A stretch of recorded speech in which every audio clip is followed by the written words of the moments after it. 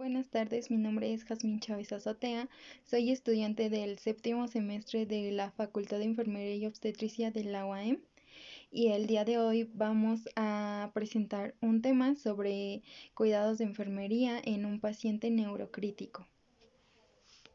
Exploración neurológica del paciente neurocrítico pues no solo permite establecer una valoración basal adecuada, sino también pues detectar los cambios que se producen en el estado del paciente. Esta exploración incluye siempre una valoración del nivel de conciencia y del examen de las pupilas. La mayor parte de los pacientes con traumatismo cráneoencefálico que acuden a los servicios de urgencias presentan un traumatismo cráneoencefálico leve.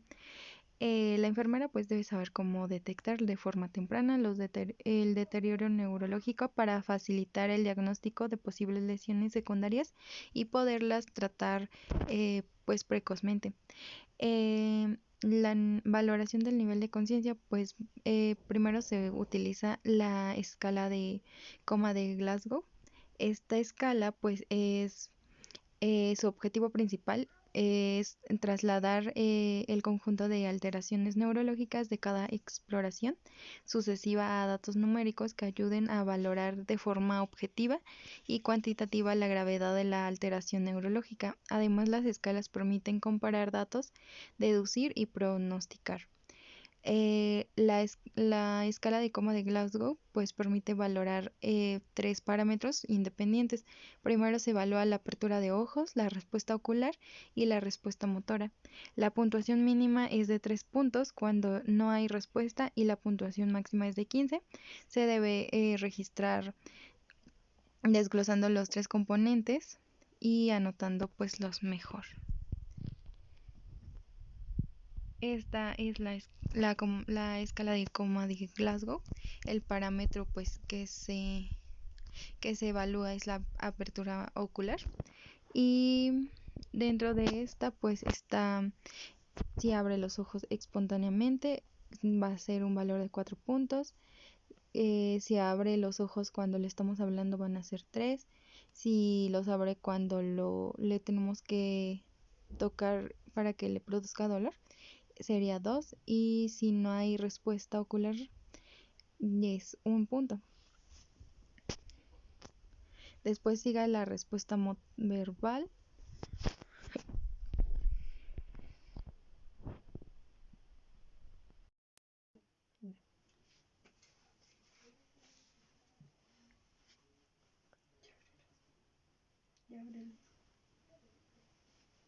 Ahora volverlos a hacer. José Ariel. Hola, buenos días.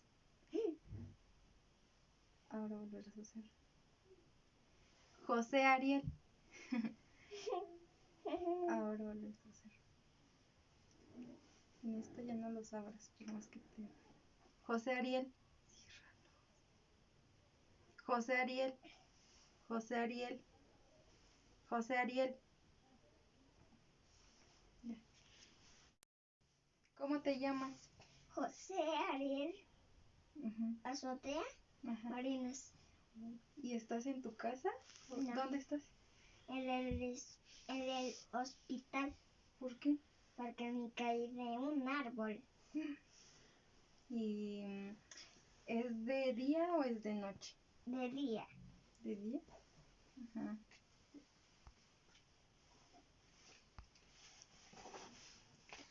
¿Sabes cómo te llamas? No sé. ¿No sabes? ¿Sabes qué te pasó? ¿No? ¿Sabes dónde estás? En un coche. ¿En un coche? No, estás en el hospital. ¿Cómo te llamas? Yo me quiero levantar. Pero dime cómo te llamas. Quiero un juego Kinder. Pero, ¿sabes dónde estás? Coche. ¿Cómo te llamas? ¿Sabes dónde estás?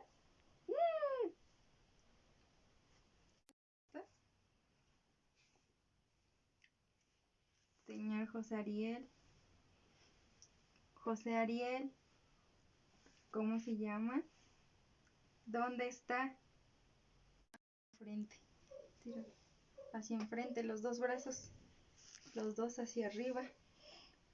Toca el cielo, el cielo. Ahora bájalos. Muy bien. Ahora vamos a estirar los brazos hacia los lados. Como si fueras a dar un abrazo así. Hacia los lados. Muy bien. Ahora vuélvelos a juntar. Aquí. Vuelve a juntar los bracitos. Ahora vamos a extender los bracitos. ¿Así? Extenderlos.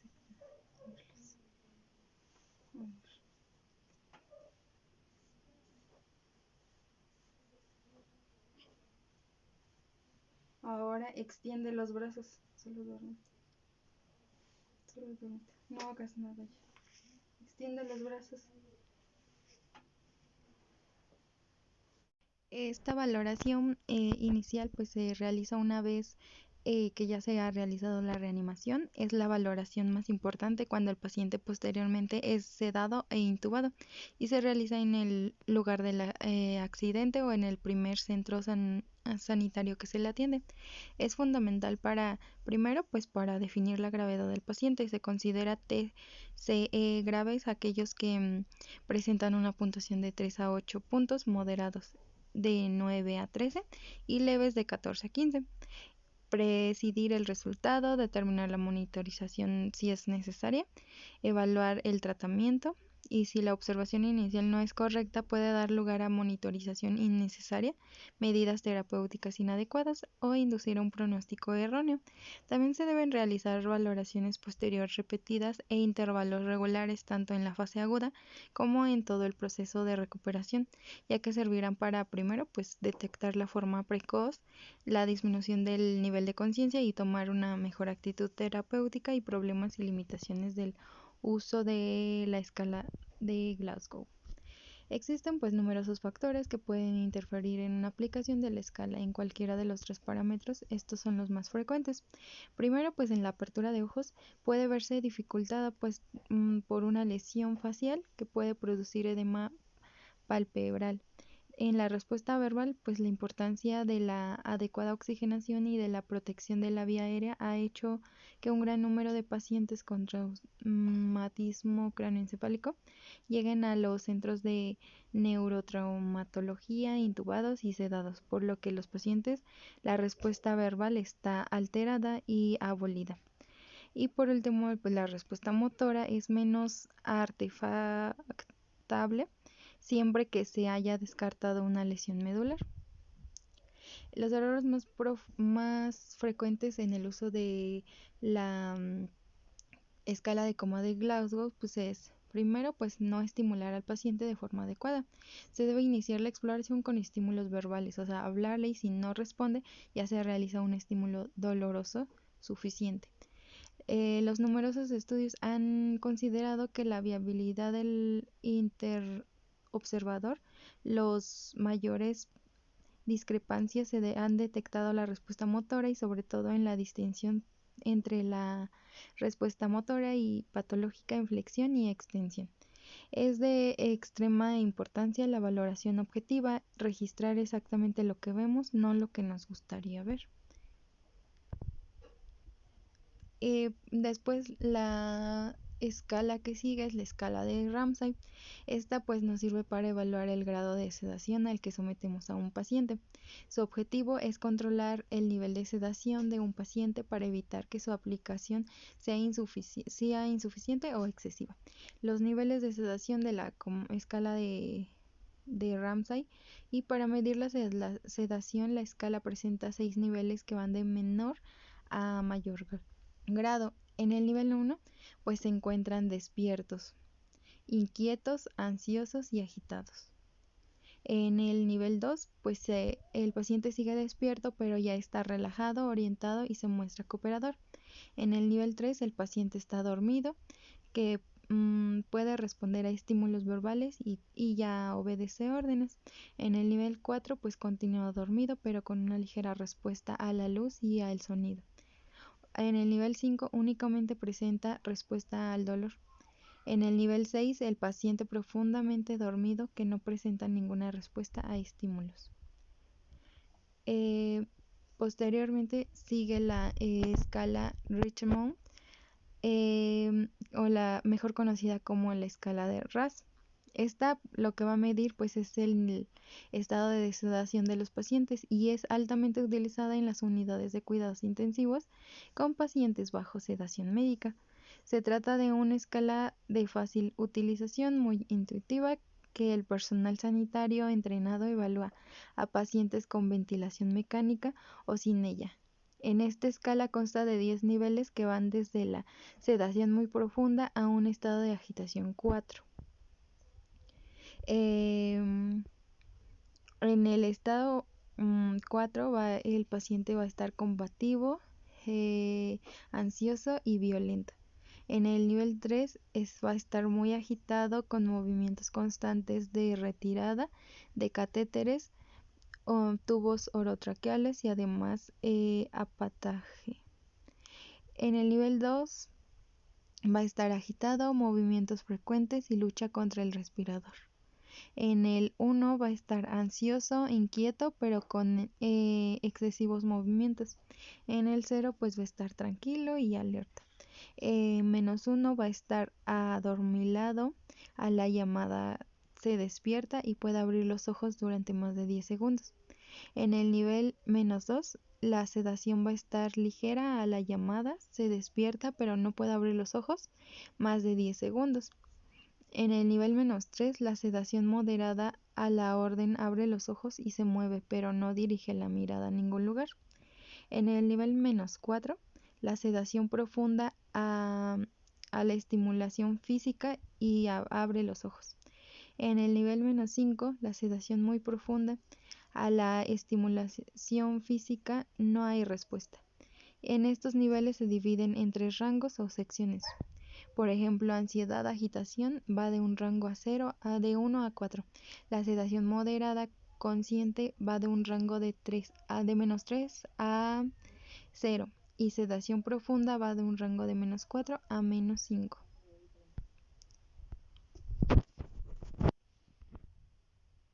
Dentro de la exploración de las pupilas, al explorar las pupilas pues se va a valorar el tamaño, también la simetría y la reactividad a la luz. Se realiza en todos los pacientes neurológicos y neurocríticos, también en pacientes con traumatismo craneoencefálico. Se debe hacer una valoración inicial tras el traumatismo y posteriormente de forma continuada. En un paciente intubado, sedado y con bloqueo neuromuscular, la exploración de las pupilas se convierte casi en la única exploración neurológica pues posible, ¿no? Las guías de Brain Trauma recomiendan realizar una exploración de las pupilas después de una reanimación y estabilización del paciente. Consideran que la valoración pupilar tiene valor diagnóstico, pronóstico y terapéutico.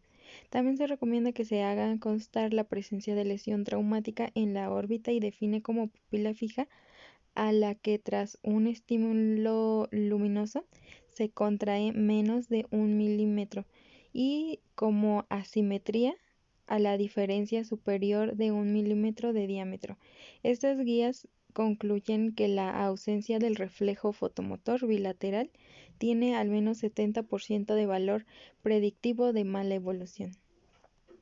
Este es el reflejo pupilar, entonces vamos a identificar qué tipo de pupila de reflejo pupilar tiene nuestro paciente. Por ejemplo, en la primera imagen se ven 2 pupilas normales de 2 milímetros de diámetro cada una y esto se llama isocórica, que son pupilas pues de igual tamaño.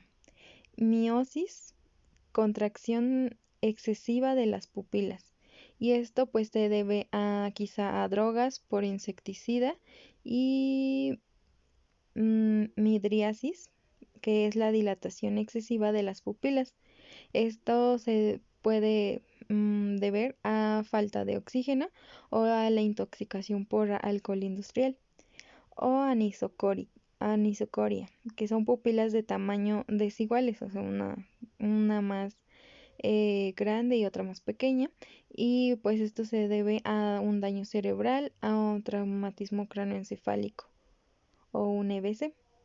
Existen pues numerosos fármacos y situaciones que pueden alterar el tamaño de la reactividad de las pupilas a la luz. Estos medicamentos son unos ejemplos, que son primero pues son los opiáceos, que dan lugar a las pupilas puntiformes en las que es muy difícil valorar el reflejo fotomotor. La midriasis puede estar producida por la administración de atropina, un episodio anóxico o una hipotensión grave, hipotermia, coma barbitúrico o retirada reciente de opiáceos, etc. La falta de reactividad pupilar puede ser pues consecuencia de hipotermia, coma por barbitúricos o parada cardíaca reciente. En algunos casos la reacción a la luz es muy lenta o es reducida. Además, el ojo humano apenas distingue asimetrías inferiores de 0.5 milímetros, lo que ocasiona especialmente hace difícil la valoración. Existen pues en el mercado pupilómetros que emiten una luz infrarroja y nos proporcionan datos cuantitativos, no solo del tamaño pupilar antes y después del estímulo luminoso, sino también del tiempo de latencia pupilar, de la velocidad y de la amplitud de la contracción, del porcentaje de reducción de diámetro, así como la velocidad de la dilatación pupilar.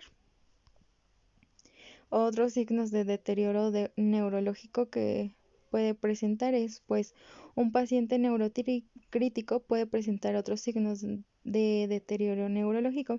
Algunos de estos signos difícilmente se pueden observar en pacientes sedados o intubados. Los signos más importantes son los siguientes. Primero, pues que haya una salida de flujo cefalorraquídeo o de sangre por el oído o por la nariz. Esto significa pues que son signos de fractura de base de cráneo. También que haya cefalea, vómitos, alteraciones de algunos de los 12 pares craneales, inquietud, agitación, epilepsia, presencia de algún déficit neurológico local. Puede observarse asimetría en la movilidad o disminución en la fuerza de las extremidades.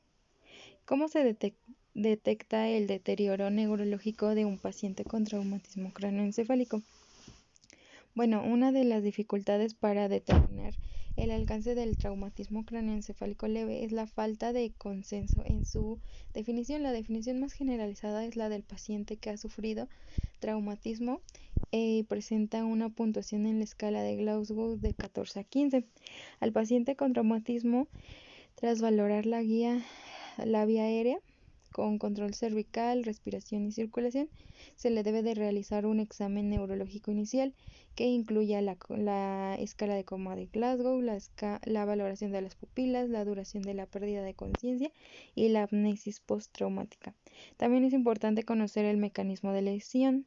El manejo inicial de los pacientes está dirigido a reconocer y tratarla de forma inmediata los parámetros fisiológicos que puede empeorar la patología cerebral, así como reconocer los signos del deterioro neurológico y los factores de riesgo del paciente. Los factores que incrementan el riesgo de desarrollo un hematoma intracraneal son los pacientes que tienen coagulopatías y tratamiento anticoagulante, enolismo, abuso por drogas, epilepsia, antecedentes neuroquirúrgicos o pacientes ancianos discapacitados. Al siguiente pues es una guía para realizar la valoración de la función neurológica.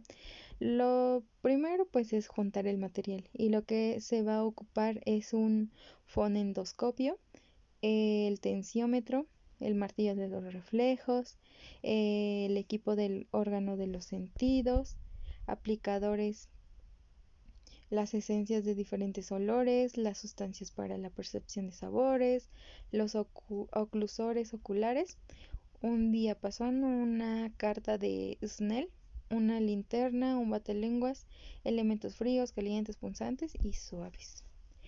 Bueno, para realizar la valoración física de la función neurológica se emplea la técnica de la observación permanente desde que el individuo entra a la consulta o desde que se identifica en la unidad.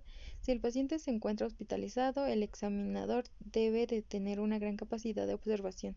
Otra técnica empleada es la palpación, que permite obtener información sobre forma, tamaño, fuerza, sensibilidad y desplazamiento y vibraciones. Finalmente, mediante la técnica de medición se obtienen datos de cantidad como la agudeza visual, la fuerza, frotismo muscular y la actividad refleja. Una vez que se inicia la valoración se debe de realizar una amnesis para determinar la edad, el sexo, la ocupación, la procedencia, el estado civil, los nombres de los acudientes o las personas responsables del paciente, el número social al que está afiliado, la residencia actual, hábitos, costumbres dentro y fuera de casa, también medicamentos que consuma, o si se ha automedicado, si consume alguna sustancia psicoactiva, cigarros, si ha tenido cirugías, hospitalizaciones anteriores, antecedentes importantes de la familia, bien sean por parte de su mamá o del papá, también enfermedades crónicas que tenga y del sistema nervioso de uno de los miembros de la familia. También se debe de valorar los modos psicosocial y fisiológico. A continuación se lleva a cabo la valoración de la función del rol y la interdependencia, el autoconcepto, ya que estos pueden pues suministrar elementos claves para analizar los mecanismos de enfrentamiento, tanto cognitivo y tanto regulador. El modo psicosocial se determina por medio de los instrumentos de valoración familiar, por ejemplo, el APGAR familiar, el familiograma, pues sirve para ver las relaciones de los miembros de la familia o cómo interactúa con el medio. También hay que ahondar en el concepto en el que tiene de sí mismo, como en cómo se siente, su físico, y indagar sobre pues, los roles que él desempeña y cómo se siente al hacerlos. Para organizar la información y continuar con la valoración de la función neurológica, se debe seguir con el examen mental, en el cual pues se identifican los niveles de alerta del individuo y su forma de reaccionar ante el medio. Los niveles pues son primero consciente. En esta pues el paciente responde coherentemente al llamado y al medio ambiente que lo rodea. Somnolencia. En este el paciente despierta ante diversos estímulos, pero sus respuestas motrices y verbales son adecuadas. Mentalmente pues aparece despejado, pero al retirarse el estímulo regresa a la somnolencia. El siguiente estado es la confusión. En esta el paciente presenta alteraciones de sus respuestas a los estímulos externos, pero no es capaz de reconocer y entender que el mundo que lo rodea no hay claridad en los pensamientos que él tiene ni en lo que recuerda. Después sigue el estupor, en la que el paciente responde a estímulos solo con dolor y y a estos estímulos auditivos fuertes puede responder a algunas preguntas o ejecutar órdenes sencillas, pero al retirarse el estímulo, pues entra nuevamente en letargo, con frecuencia presenta movimientos espontáneos. El coma. En este puede ser superficial o profundo. En el coma superficial hay reacción a los estímulos dolorosos y respuestas a estímulos táctiles persistentes. Puede responder emitiendo sonidos o quejándose. Cuando cesa el estímulo vuelve igual al estado inicial. Y en el coma profundo no hay respuesta a ningún estímulo, sino ligeras reacciones a estímulos muy dolorosos, como presión sobre la apófisis o por debajo del pabellón auricular. Se presenta relajación muscular, arreflexia tendinosa, cutánea y pupilar, incontinencia de esfínteres y hasta respiraciones con periodos de apnea. Em, Dentro de la valoración de la capacidad intelectual, se considera como la capacidad de hacer abstracción o de usar símbolos, y de valorar nuestras experiencias a la luz de experiencias pasadas. La orientación pues se desprende de la memoria y la atención. La atención se observa la capacidad del paciente de concentrarse en una actividad o tarea, o el hecho de responder a las preguntas simplemente. La memoria, esta se evalúa en un registro mental reciente o remoto, debe describir hechos históricos recientes y también hechos históricos relevantes o pasados.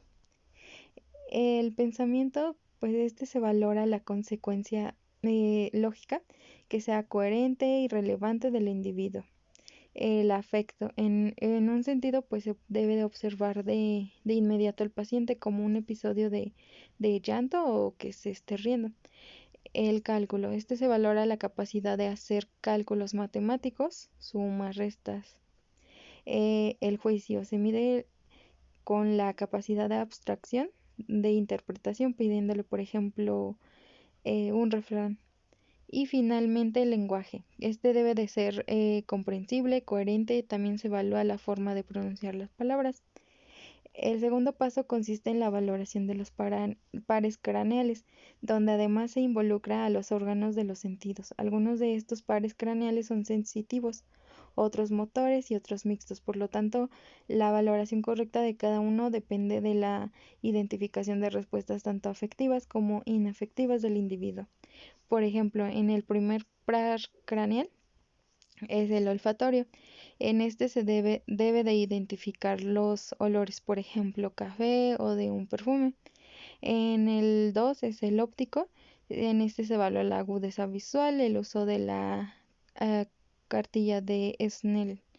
En el 3, el oculomotor común. En se debe de verificar la simetría y reactividad pupilar y en esta pues se usa la linterna.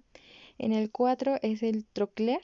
En se debe de verificar el movimiento ocular.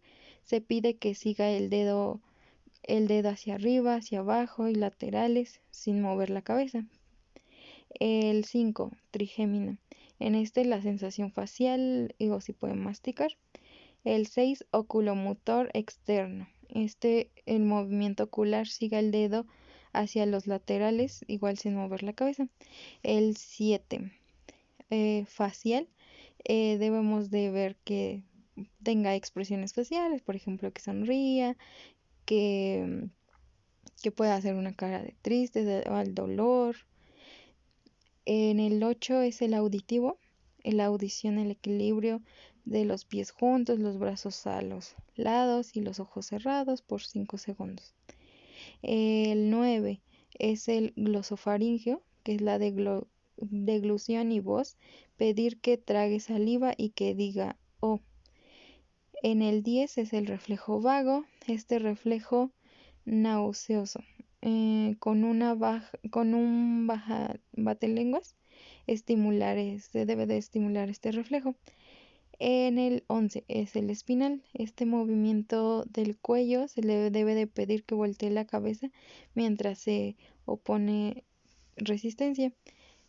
Y el 12, hipogloso, movimiento lingual, pedir que saque la lengua y la mueva de un lado a otro.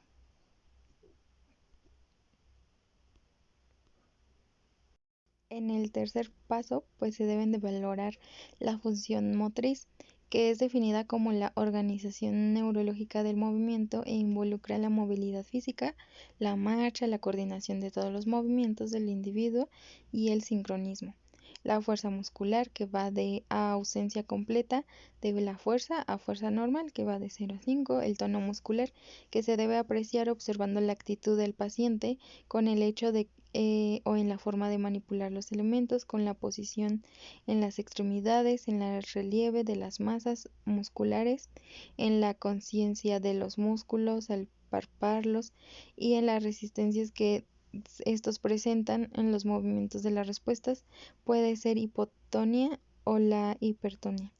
El frontismo muscular, lo vamos a observar en el desarrollo muscular. La mejor manera de descubrir su disminución o aumento es midiendo simétricamente los músculos de las extremidades, sin olvidar que hay mayor desarrollo de los músculos del hemisferio dominante dependiendo si el individuo es diestro o zurdo. La diferencia no se debe de hacer mayor a de 1 centímetro.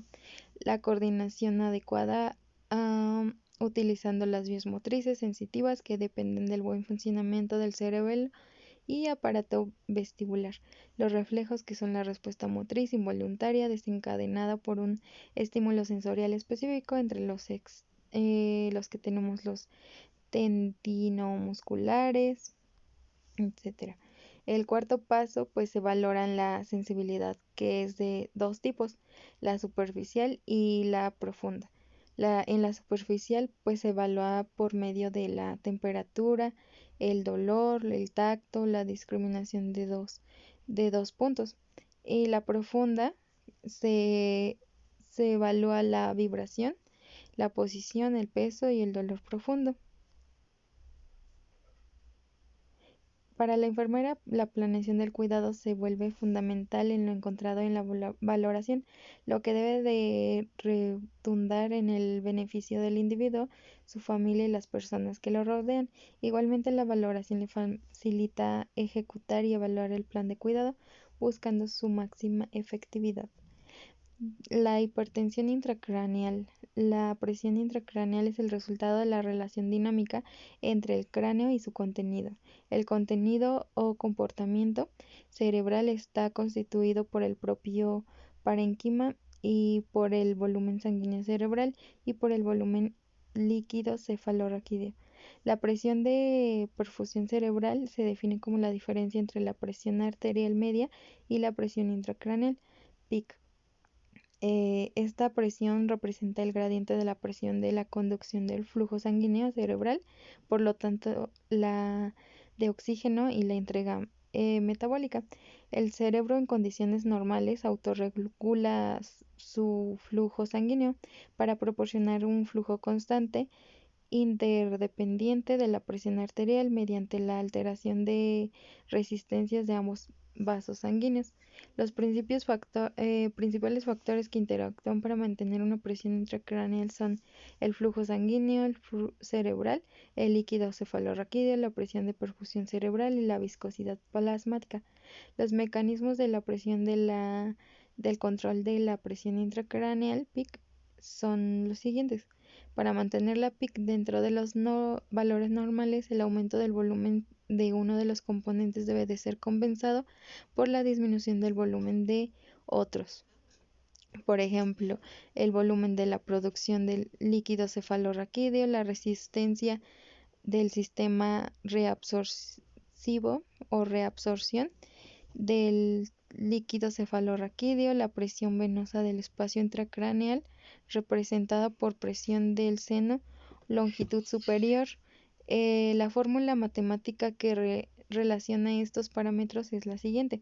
El PIC es igual al volumen de producción de líquido cefalorraquídeo por la resistencia del sistema reabsorcivo de la reabsorción del líquido cefalorraquídeo.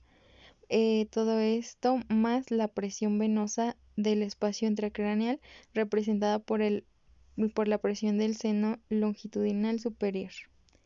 No obstante, la capacidad de compensación y complianza es bastante limitada y disminuye conforme aumentan los valores intracraneales, dando lugar a un rápido aumento de la PIC.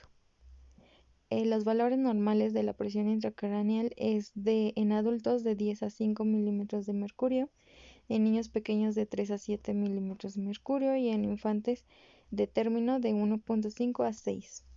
El aumento de la PIC afecta la función cerebral por dos mecanismos, que es la disminución del flujo sanguíneo por debajo del nivel crítico de la oxigenación y nutrición tisular o la herniación en algunas regiones encefálicas entre compartimentos intracraneales, dando lugar a la comprensión y isquemia del tronco cerebral. La monitorización de la presión intracraneal se complementará con la medición más especializada del flujo sanguíneo cerebral mediante técnicas con monitores de bulbo yugular y técnicas como la tomografía con xenón. Los catéteres locales de microdiálisis permitirán vigilar el ambiente bioquímico en busca de neurotransmisores excitatores, lactato, glutamato o ácido nítrico. Además, se utilizarán fármacos que limitarán o impedirán el efecto nocivo de estos neurotransmisores sobre la neurona. Las causas pues más comunes de la hipertensión intracraneal son traumatismos craneoencefálicos, tumores, hidrocefalia, encefalopatía hipertensiva, isquemia cerebral, infecciones, edema cerebral, signos clínicos de hipertensión intracraneal, deterioro del nivel de conciencia, somnolencia, estupor o coma, hipertensión con o sin bradicardia, cefalea, vómito, papiledema, parálisis del sexto par craneal, vértigos, constipación, convulsiones o signos de herniación cerebral. Las indicaciones para que un paciente se monitorice por medio de la monitorización y de la presión intracraneal son los siguientes. Está indicada para presión intracraneal en aquellos pacientes que muestren los siguientes estados. Primero, compromiso del estado de conciencia con una puntuación de 7 o menos en la escala de coma de Glasgow. Tratamiento médico empírico en la hipertensión intracraneal. No evidencia mejoría clínica. Patología multisistémica que presenta compromiso en el estado de conciencia, que a causa del manejo de las injurias diversas puede tener un efecto nocivo sobre la presión intracraneal. Inconsciencia clínica en los hallazgos motores de la lateralización en el posoperatorio de patología intracraneal severa. Las contraindicaciones para que no se lleve a cabo la monitorización de la presión intracraneal son las siguientes. En los pacientes pues que estén despiertos, en quienes la evaluación neurológica es suficiente, o en presencia de coagulopatías. Los diversos procedimientos pueden desencadenar hemorragias o hematomas. El objetivo de esta monitorización es que sean entendibles los criterios fisiológicos y clínicos de los pacientes que sufren y los cuidados enfermeros de este tipo de pacientes se derivan. Ayudar a la información y especialización de la materia para el personal de enfermería y exponer y planificar los cuidados encaminados a solucionar los problemas médicos. Los cuidados pues de enfermería son los siguientes. Vamos a realizar una exploración neurológica con una frecuencia que dependerá de la situación del paciente. Cada 15 a 30 minutos debe de mantenerse una vía aérea permeable. La elevación rápida de la presión intracraneal da lugar a la aparición de diversas alteraciones respiratorias. La respiración se hace irregular, periódica o con un patrón de Cheyne-Stokes típica. A veces se hace lenta, profunda y ruidosa, con periodos de apnea que pueden llegar al paro respiratorio y ser la causa de la muerte, como señalaron Lermit y North. El edema pulmonar neurógeno es una complicación importante, apareciendo de forma súbita con la presencia de abundantes secreciones bronquiales, que no es posible aspirar con eficacia, aumentando así el índice de mortalidad.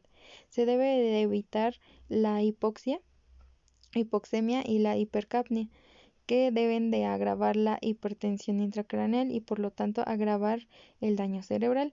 También se debe de realizar controles gasométricos para valorar la eficacia a la ventilación, control hemodinámico, la vigilancia de las constantes vitales, frecuencia cardíaca, frecuencia respiratoria, presión arterial sistémica, diastólica y media. Mantener una presión arterial media suficiente para conseguir una presión de perfusión cerebral adecuada. Para ello se debe asegurar la normovolemia preferentemente mediante soluciones cristaloides que mantengan un volumen intravascular normal. En caso necesario, se asocian fármacos inotrópicos como la dopamina y noradrenalina. También debe de haber controles hídricos. Se debe de registrar las entradas y salidas de fluidos para realizar el balance hídrico. Se debe de monitorizar la presión intracraneal y para poder valorar la forma continua de la PIC y detectar la hipertensión craneal, se procede a la colocación de un sensor intracraneal que se conecta a un monitor que refleja la situación mediante ondas y valores numéricos para conseguir determinar de forma continua la PIC y el registro de las ondas, y se debe de detectar la hipertensión intracraneal. Métodos para la monitorización de la presión intracraneal, pues son los tipos de catéteres de la presión, que son monitorización de la presión intraparenquimatosa y monitorización de la presión subaracnoidea, monitorización de la presión subdural, monitorización de la presión epidural, monitorización de la presión fontanometría, esta se realiza solo en niños, y monitorización de la presión ventricular. La posición de la cabeza debe de ser neutra y estar elevada para facilitar al menos no impedir el drenaje venoso yugular. Se debe de colocar al paciente con más grados por encima de 30 para impedir, podrían hacer disminuir la PPC por disminución de la PAM. El control de los factores agravantes de la hipertensión craneal. Muy importante en los pacientes sometidos a ventilación mecánica por tal de evitar aumentos de la presión intratorácica en casos de estar desacoplado de los parámetros ventilatorios. La temperatura, pues la fiebre aumenta el volumen sanguíneo cerebral con frecuencia deletéreas. Se debe de tratar la fiebre de forma precoz y valorar la antibioterapia si la etiología es infecciosa. Algunos autores recomiendan una hipotermia moderada de 32 a 35 grados. Se podría actuar frenando la cascada metabólica desencadenada por diversos noxas cerebrales. También son eventos frecuentes en pacientes con hipertensión intracraneal aplicar el tratamiento médico por tal de evitar tales situaciones. Por ejemplo, maniobras que pueden hacer aumentar la presión intracraneal, aspiraciones de secreciones innecesarias, aspirar secreciones al paciente solo cuando sea necesaria, y la estimulación innecesaria al paciente. La cabecera de la cama se debe de elevar de 15 a 30 grados, manteniendo el cuello en posición intermedia, favoreciendo el drenaje líquido cefalorraquídeo, la rotación de la cabeza especialmente a la derecha, compresión de las venas del cuello disminuyendo el retorno venoso, produce una elevación de la presión intracraneal. Es importante evitar todas aquellas posiciones en las que las cadera y cintura y cuello estén flexionados. La posición debe de ser de cúbito prono, Trendelenburg, maniobras de mansalva, cintas de craneotomía apretadas o collarín cervical, la presión positiva al final de la aspiración y la ventilación con presión positiva. Presencia de estímulos o luces brillantes, proceso de despertar, hipercapnia, control de la presión de CO2, una hipercapnia mayor de 45 milímetros de mercurio provoca vasodilatación de los vasos cerebrales y por consiguiente pues un aumento de la presión intracraneal. El control de catéteres mediante la presión intracraneal. Medidas específicas para el tratamiento de la hipertensión intracraneal pues son las soluciones hiperosmolares, por ejemplo el manitol, es la más empleada en dilución de 20 y en dosis de 0.25 a 0.5 gramos sobre kilogramos. En forma de bolo intravenoso actúa mediante un mecanismo osmótico, produciendo disminución de la viscosidad sanguínea, dando lugar a un incremento inicial del flujo cerebral y vasoconstricción. Refleja con disminución la PIC. Es importante mantener un volumen intravascular normal y controlar los electrolitos, la osmolaridad. La asociación mannitol-furosemida parece disminuir la PIC de modo sinérgico. Y las soluciones salinas hipertónicas aumentan el flujo intravascular de la PPC y mejoran la microcirculación. Se han empleado a hacer distintas concentraciones, por ejemplo, de 500 a 2400, y pueden ser una alternativa al mannitol en casos de deshidratación o insuficiencia renal. Sin embargo, pues las dosis y las posibles complicaciones todavía no están bien establecidas. La hiperventilación, uno de estos de los métodos más efectivos para la reducción de la PIC, si la HIC es refractaria a las medidas previas. Es una medida terapéutica aguda y de efecto inmediato con niveles de presión de CO2 entre 30 a 35 milímetros de mercurio. Se produce vasoconstricción arterial cerebral y disminución del volumen sanguíneo intracraneal. Sin embargo, su uso prolongado pues puede originar una isquemia cerebral y si es preciso mantener hiperventilación prolongada. Se ha de monitorización la PVC y el metabolismo cerebral mediante la medición de saturación del oxígeno en el bulbo de la yugular. Drenaje de líquido cefalorraquídeo. La ventriculostomía es el tratamiento indicado para la hidrocefalia no comunicante cuando contribuye al aumento de la presión intracraneal. Y la corticoterapia, la dexametasona, está indicada en los pacientes con hipertensión intracraneal y edema cerebral vasogénico, neoplasias y excesos. En situaciones con edema citotóxico, encefalopatías metabólicas, hipoxemia postraumático y en hemorragias intracraneales. Su uso no ha demostrado eficacia. Y estas son algunas fuentes de información. Gracias.